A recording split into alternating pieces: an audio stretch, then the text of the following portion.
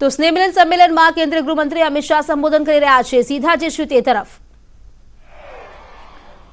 મારી સાથે આજના કાર્યક્રમમાં ઉપસ્થિત ગુજરાત રાજ્યના લોકપ્રિય મુખ્યમંત્રી શ્રીમાન ભૂપેન્દ્રભાઈ, અમદાવાદ શહેરના મેયર શ્રી બહેન પ્રતિભાબેન, ભારત સરકારના મંત્રી, ગુજરાત સરકારના મંત્રી ભાઈ ઋષિકેશભાઈ, જગદીશભાઈ, ઉપસ્થિત સૌ ધારાસભ્યશ્રીઓ, મારા સાથી સાંસદ કિરીટભાઈ, હસમુખભાઈ, મ્યુનિસિપલ કોર્પોરેશનની ટીમ, મ્યુનિસિપલ કમિશનર શ્રી, અને આજ જેમને મળવા માટે હું અહીંયા આવ્યો છું, મારા નાનો વેપાર કરી મોદી સાહેબના આત્મનિર્ભર ભારતના સંકલ્પને સફળ કરવાવાળા સૌ ભાઈઓ બહેનોને, બાળકોને મારા પ્રણામ, નમસ્કાર।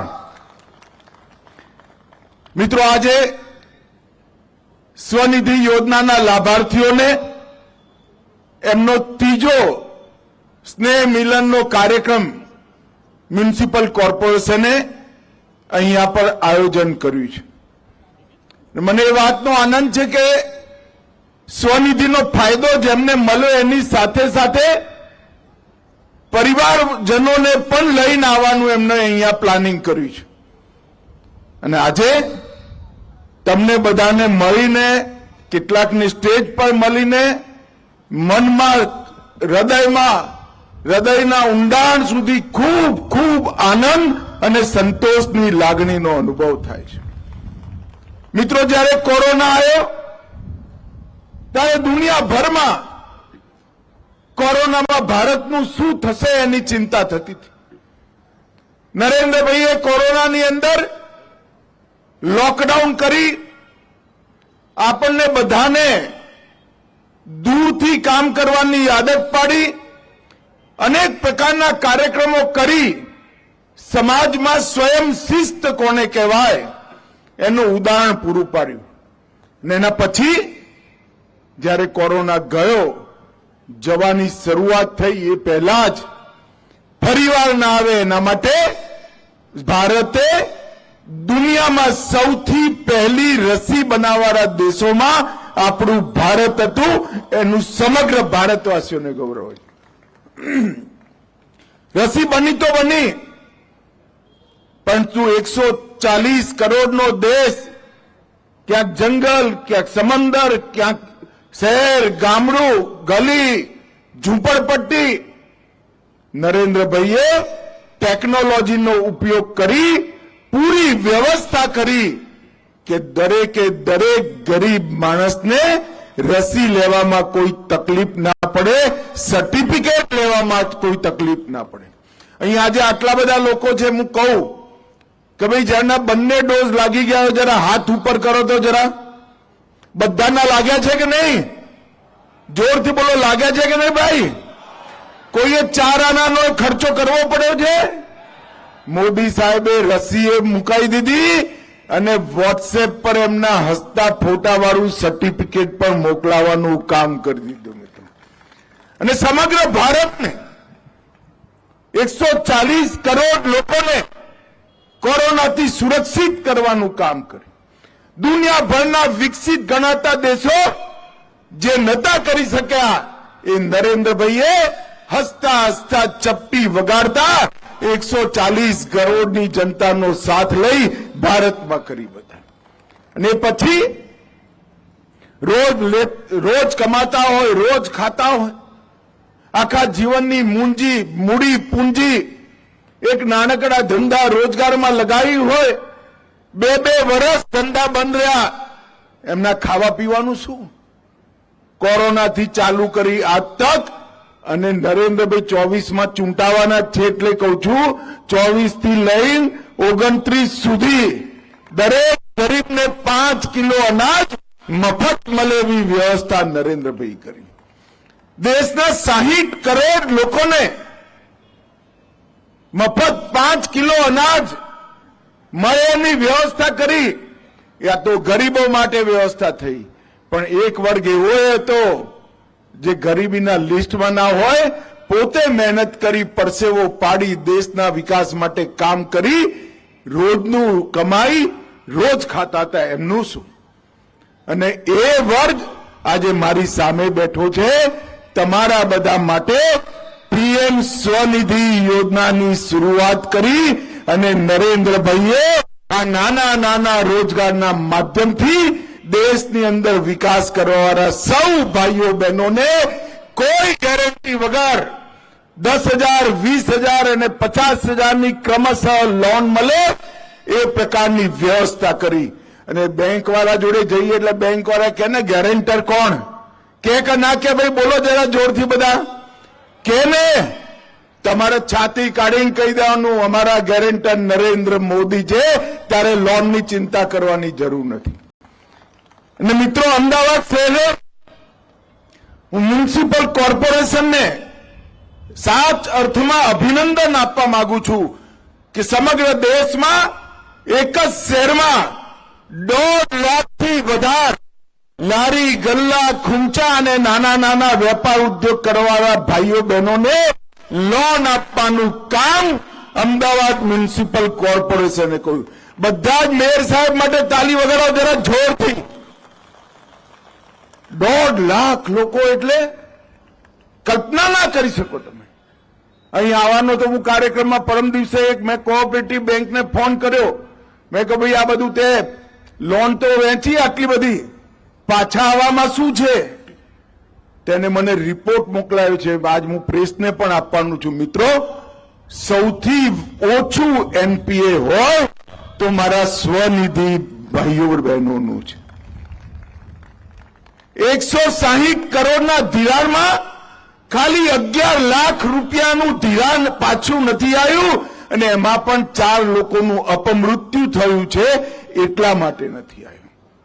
આ ઉદાહરણ છે કે પોતાનો પરસેવો પાડી પોતાના પરિવારનું પાલન કરવાવાળો નાનો માણસ, નાનો વેપારી, લારી ગલ્લા ખૂંચાવાળો મારો ભાઈ, મારી બહેન, એમના જેટલી પ્રામાણિકતા કોઈનામાં નથી. મોદી સાહેબે ગેરંટી લીધી, પણ ગેરંટી વસૂલ કરવાનો વારો જ ના આવે, તમે લોન પાછી પણ આપી દીધી. અને એની સાથે સાથે તમને ડિજિટલ યુગમાં પણ લઈ જવાનું કામ મોદી સાહેબે કર્યું. અને સ્વનિધિ યોજના ભવિષ્યમાં હોય કે ન હોય, એકવાર તમે આ ડિજિટલ પેમેન્ટ લેવાની શરૂઆત કરી તો બેંકમાં તમારો રેકોર્ડ ઉભો થઈ જશે. એ રેકોર્ડના આધારે બેંક વાળા તમારા ઘેર આવીને લોન આપે એવી વ્યવસ્થા થઈ ગઈ મિત્રો. અને આજે દરેક ખૂંચાવાળાને, લારી ગલ્લાવાળાને, નાના વેપાર ધંધા કરવાવાળાને.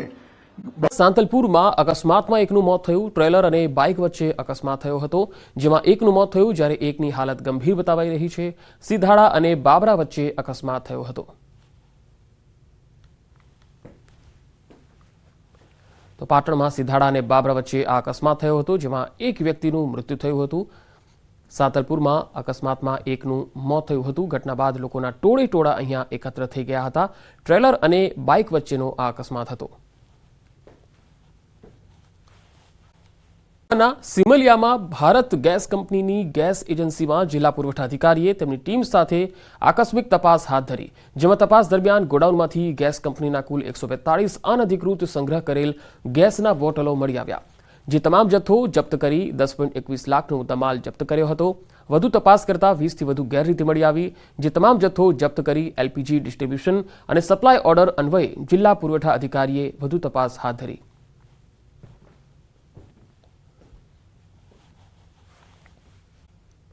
નર્મદાની કેનાલ ઓવરફ્લો થતા રસ્તા પર પાણીની રેલમછેલ થઈ.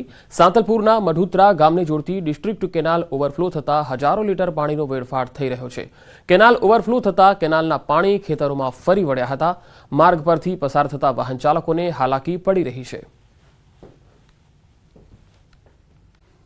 સુરતમાં યુવા ટીમ દ્વારા અનોખી ઝુંબેશ હાથ ધરાઈ. શહેરમાં વધતા જતા અકસ્માતોના બનાવોને ધ્યાનમાં રાખી એક યુવા ટીમ દ્વારા અનોખું અભિયાન હાથ ધરાયું, જેમાં 8 જેટલા લોકોએ રોંગ સાઈડમાં આવતા વાહન ચાલકોને સમજાવે છે. હાથમાં ગુલાબનું ફૂલ લઈને પોસ્ટરો તેમજ પ્લે કાર્ડ રાખી લોકોને રોંગ સાઈડમાં ન આવવા અપીલ કરે છે. ખાસ અકસ્માતને રોકવા માટે આ ઝુંબેશ હાથ ધરાઈ. વહેલી સવારથી જ આ ટીમના યુવાનો પ્લે કાર્ડ, બેનર અને ગુલાબના ફૂલ લઈ લોકોને સમજાવવા નીકળ્યા છે.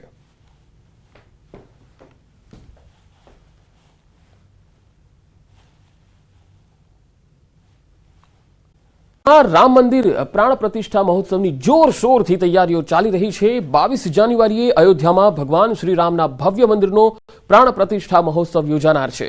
દેશભરમાંથી શ્રદ્ધાળુઓ વિવિધ વસ્તુઓ અયોધ્યા મોકલી રહ્યા છે, ત્યારે અમદાવાદના યુવકો દ્વારા અયોધ્યા મંદિરની વિશેષ પ્રતિકૃતિ તૈયાર કરવામાં આવી. અમદાવાદના ઓઢવ વિસ્તારમાં રહેતા 3 યુવકોએ અયોધ્યા રામ મંદિરની પ્રતિકૃતિ તૈયાર કરી.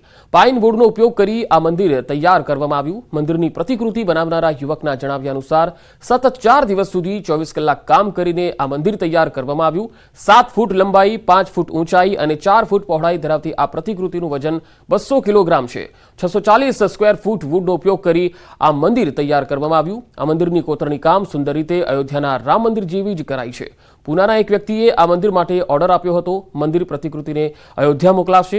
22 જાન્યુઆરીએ મંદિર મહોત્સવના પ્રસંગે લોકો પણ આ પ્રતિકૃતિના દર્શન કરી શકશે.